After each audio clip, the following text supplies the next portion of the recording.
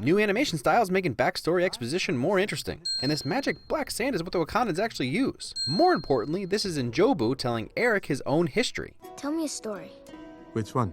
The story of home. Which is a nice touch to actually open with our villain instead of our hero. These two Grace Jones-looking chicks. So you trying to say they look like slaves to the rhythm? Or just that you've seen that face before? Look, if these Grace Jones references go over your head, you didn't know what James was talking about anyway. This stark color contrast between the Wakandan Americans and their blue shades and the Dora Milaje and their red, making it clear they're from another world. Zuri, son of Badu. Erica Badu? You guys are just killing these pop references.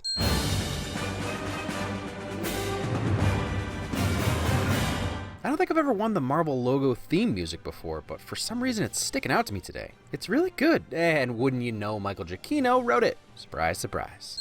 Interactive nanobot 3D printed display sand tech? That's a win. This is now probably my second favorite theme in all the MCU, only second to the actual Avengers theme.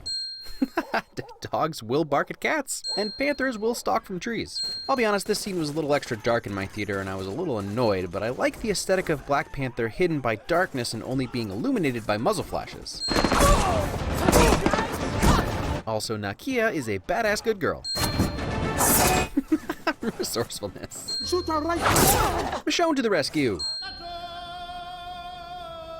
Sister Nakia, my prince. We are home. Man, I've never been to Africa and I feel nostalgia with the sun beaming in. It quite literally warms my soul.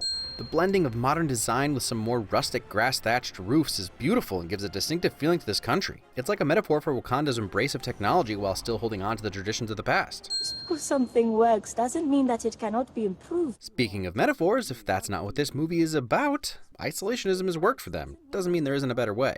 Location cards are usually a pretty simple thing not to screw up, so when filmmakers do something unique and take a chance in making them look cool, we notice. The font choice and unscrambling of the Afro-futuristic language created from a blend of an existing Nigerian language and other hieroglyphs totally works. You can go, but just don't tell anyone, alright? Oh, right. So let's talk about Ludwig Göransson, the Swedish composer responsible for this score. He's worked on both Ryan Coogler's other films, Creed and Fruitvale Station. He's written rap albums, and like I mentioned with his Wakanda theme, which I know it's not attributed as such, I see it really as T'Challa's Black Panther theme as well. Killmonger's theme, however, is the first real blend of African music with more American hip-hop, and it's another thing that gives this world uniqueness. His use of talking drums. Ugh, killer soundtrack. I love how Claw's claw moves exactly like a real hand, but looks fake as crap. Some attention to detail with the water still being vibrated by the ship's engines above. Even without Black Panther powers, Chadwick Boseman's workout routine. In like 2 minutes, we pan through each tribe and their amazing outfits that each have pieces that are specific to different real tribes in Africa. The care and attention that went into a quick shot like this is astounding. Is there any member of a royal blood who wishes to challenge for the throne? Between Black Museum Girl and 15 Million Merits Guy, two of our Brits, at least one of you has to have that challenge the status quo spirit, right? There's a beautiful beard win. I don't know too much about gorillas, or panthers for that matter, but I feel like this is a solid representation of how their fight would go. A gorilla is going to overpower a panther for sure, but the panther's more agile and quicker. And I imagine the panther would let an ape tire itself out like this. I am Prince T'Challa! You can do this, T'Challa! See what I mean? That's T'Challa's theme. Gets me pumped up every time. You have fought with honor! Now yield! Your people need you! Real mercy. M'Baku just stabbed him and now T'Challa is risking his life on the edge of the waterfall. I don't know what the rules are, but those spears are getting really close. All because he knows how important M'Baku's leadership is to his people. Also, you're going to want to have that chest wound checked out, just not by an evil witch pretending to be a healer. Ooh, that white tunic. T'Challa reborn looking all clean and sharp. The ancestral plane is gorgeous, but the question is, do you think you'd recognize your father in panther form? Some crazy juxtaposition to Eric's upbringing, alone, knowing little of his heritage, and the kids in Wakanda who seem to be exposed to and integral to a lot of the ceremonies and rituals of Wakanda. He was there. His surprise actually makes sense. If you remember in Civil War, T'Challa basically said he didn't believe in any of the mystical stuff. In my culture, death is not the end. It's more of a stepping off point. That sounds very peaceful. My father thought so. I am not my father.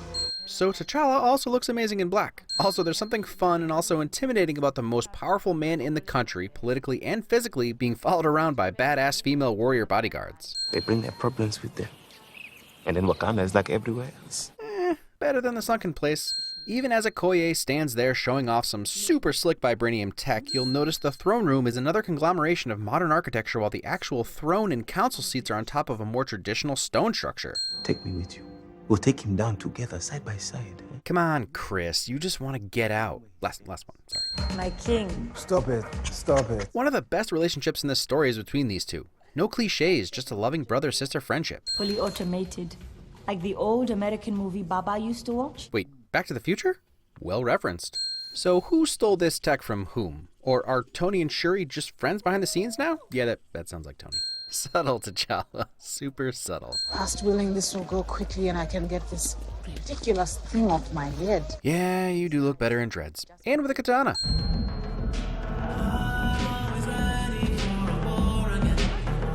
I won't pretend like I've ever been Kendrick Lamar's biggest fan, but The Weeknd? This collab? This blending of styles and sounds? Yeah. Bring them over here and hold on for safekeeping. Just for the record, the famous Watcher informant is credited as Thirsty Gambler, so just hold on to that one. Man, Claw is like an evil clown sometimes. Andy Serkis always pulls your attention. Badass good girl. She got to take off that wig and use it as a weapon. Win-win. Nakia is also again a badass good girl. Also using high heels as a weapon, something I assume she doesn't typically wear. Okay, this is that long take I brought up in my 60-second review. I think I literally leaned forward in my seat in theaters. The crazy aggressive chanting track in the background, Okoye again kicking everybody's butt, and the fluid fighting and choreography all ties together in a symphony of epic. Oh, that was awesome! That was awesome! Claw is crazy, and Andy Serkis was the man for the role. Whether he's just indiscriminately opening fire on Ross or cracking himself up about blowing up a casino. I made it rain! Or not being satisfied with the level of excitement in a car chase. Put some music on. What do you think this is, a funeral? Keep going! And in my opinion, this car chase isn't lacking in excitement at all.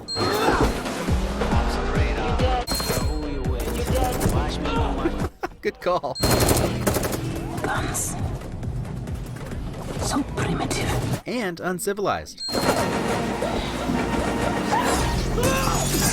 Oh, yup. I guess South Korea was the right choice to blend into the neon pink and purple aesthetic of this movie since the Gwanggaeongyo. That's not even close. The bridge actually looks like this. Also, yup. I'll admit that the trailer track was a tad cooler. Ingenuity. Also door surfing, hood surfing. You could say he moves like a cat. Also more yup. I know it was a phase 2 thing, but can we still count this as keeping the arm severing motif going, even if it's a repeat customer? I think so. Good for you, Coogler. Saving your friend's love interest. Hey, that's Steve Rogers' move. Great, another broken white boy for us to fix. Cap wasn't broken. Maybe a little emotionally oh, you mean Bucky. To be fair, Claw had every right to believe he wouldn't do that. And even in death, Claw can't help but laugh. So I was a little confused on first viewing about how Killmonger found Wakanda since it's hidden, but the book that Njobu leaves his son seems to have all the information he'd ever need. We had to maintain the lie.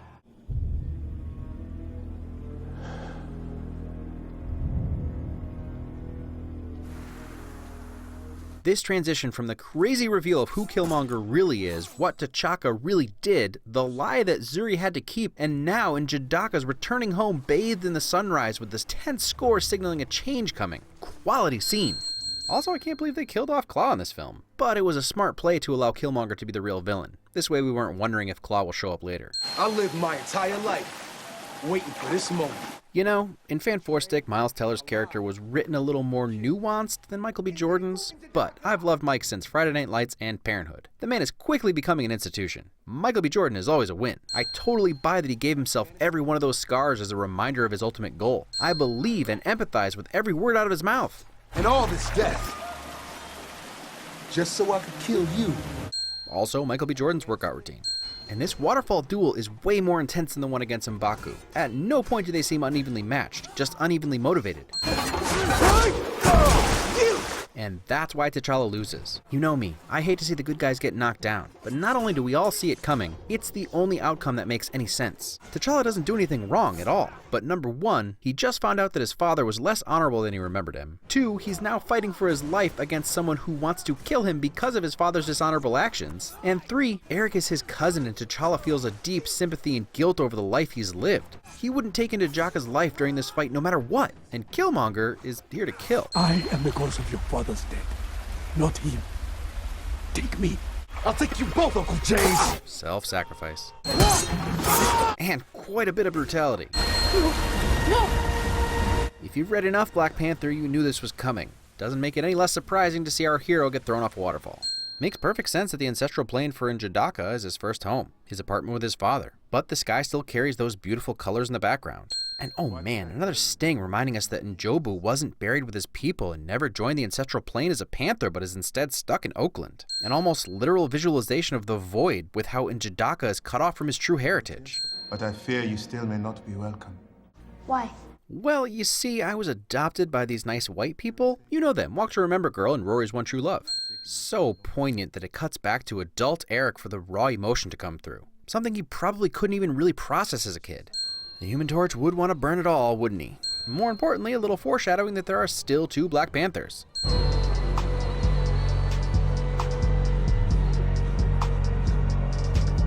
Oh, that's... You know, sometimes the most obvious thing, like turning the throne on its head as Killmonger approaches it to signal a new era, can be the best and simplest visual storytelling. Best shot in the film. And soon, it will be the conquerors or the conquered. I'd rather be the former. It's not that hard to believe that W'Kabi would get on board with the plan so quick. Besides the fact that T'Challa failed to kill Claw and Killmonger did, he brings up this very idea to T'Challa in the beginning of the film. Now, if you said you wanted me and my men to go out there and clean up the world, then I'd be all for it. Really seems like he just wants to get out. I lied. Even the technology is the devil. Let's go back to the old ways. Jabari have LEDs in their architecture. Reading the room for the second time.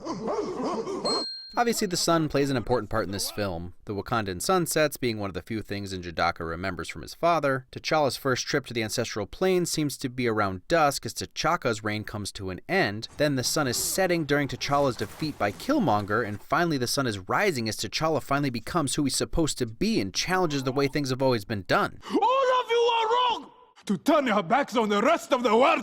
T'Challa's alive. What? You're gonna need all the help you can get. Are you done?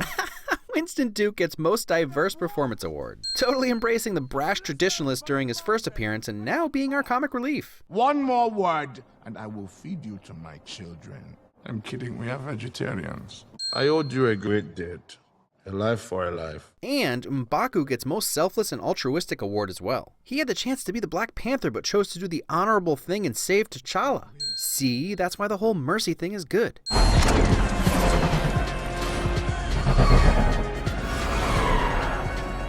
Ooh, now you've got Killmonger's theme battling Black Panther's theme? You are not fit to be a king.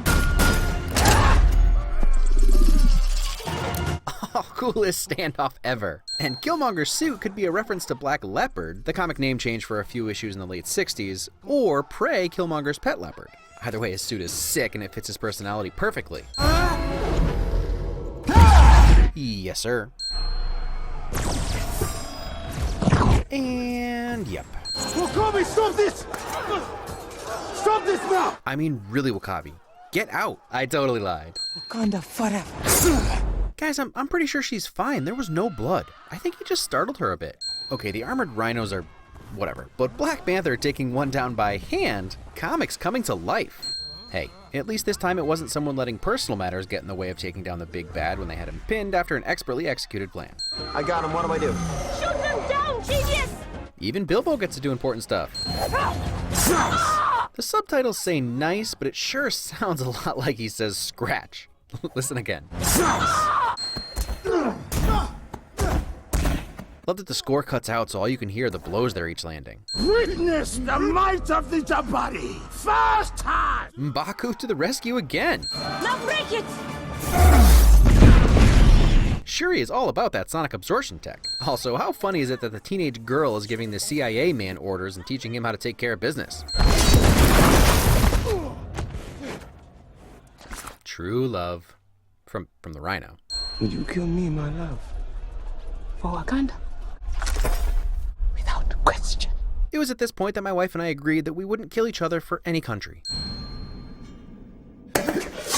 Oof, killed with the very spear he disrespectfully broke before the ritual combat.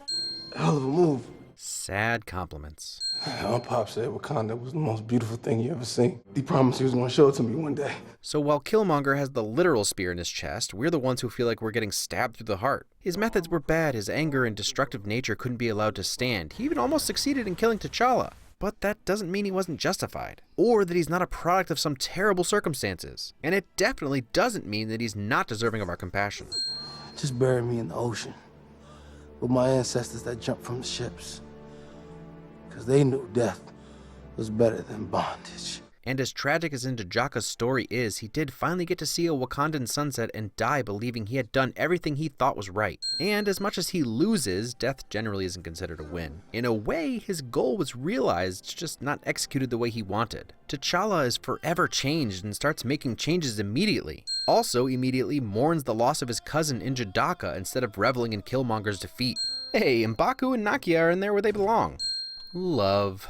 And Nakia better not be another Jane Foster. Calling you out, Lupita. You better not bail. Who are you? The truth is, I am Black Panther. Oh no. Okay then. Loving some retelling of events in the movie from different angles, all in Wakandan black sand ash. What is this technology? Like nanobot? More connects us than separates us, as if we were one single tribe.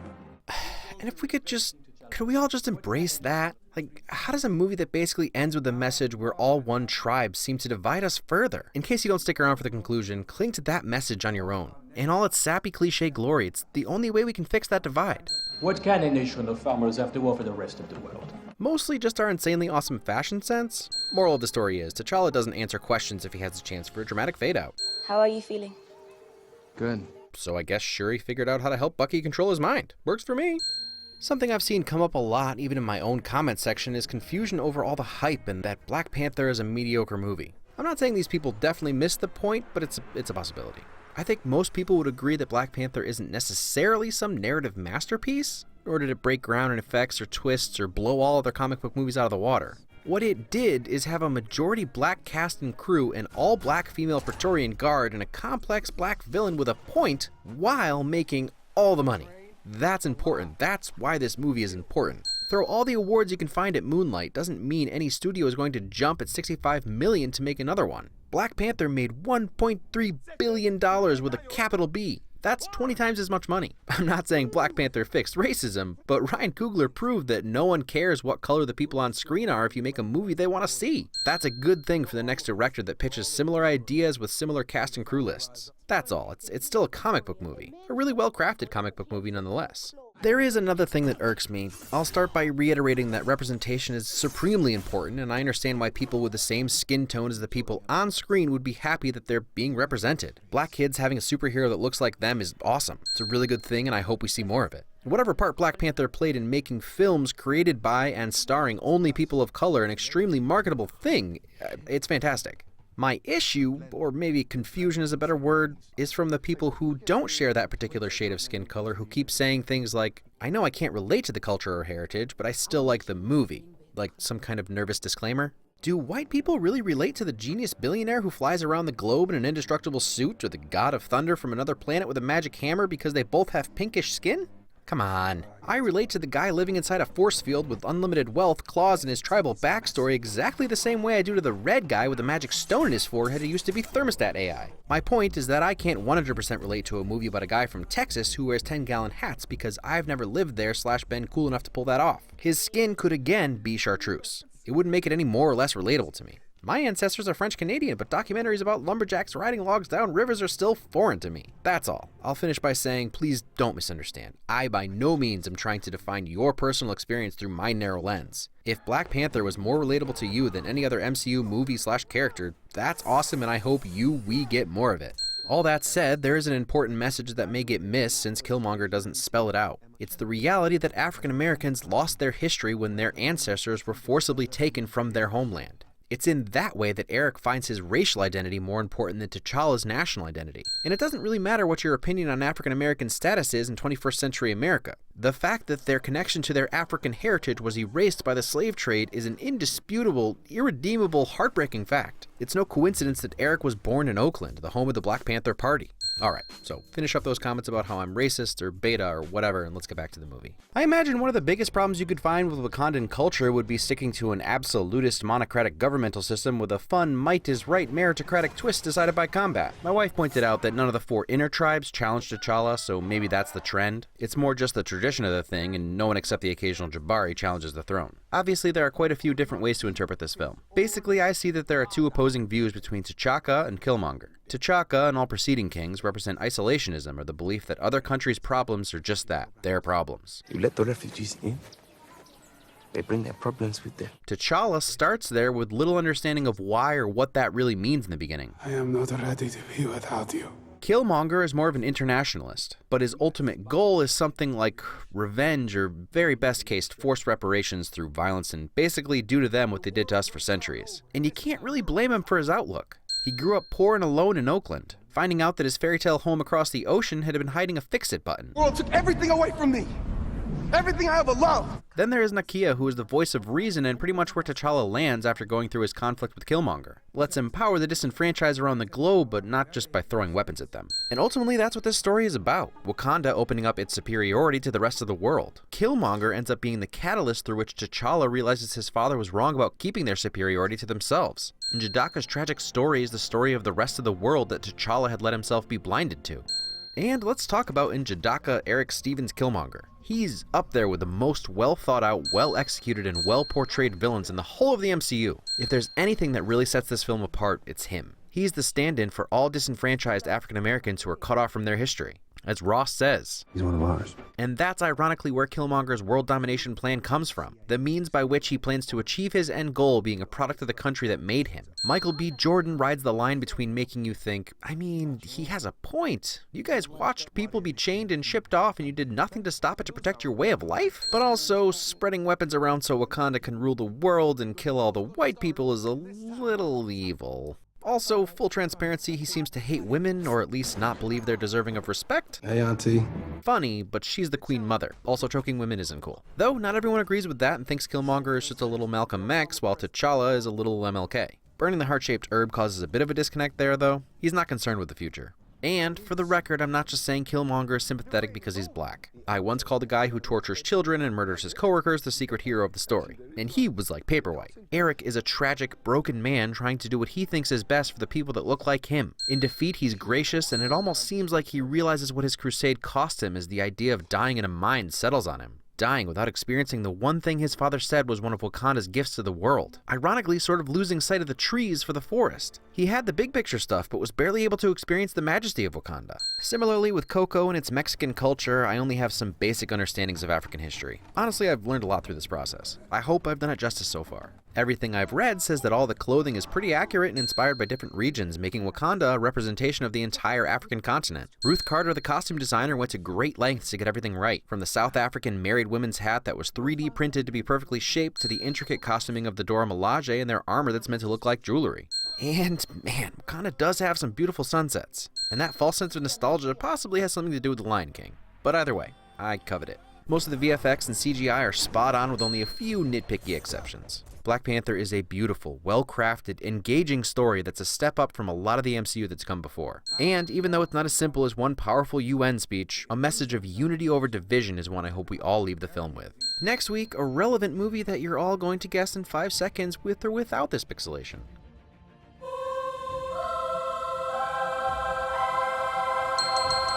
Well, that is quite the entourage. You got a mixtape coming out? Oh, yeah. Yeah, actually, there is one. Yeah, I'll send you the SoundCloud link if you like. Hey, Dave, can you get the link to Please, the... don't make me listen to your music.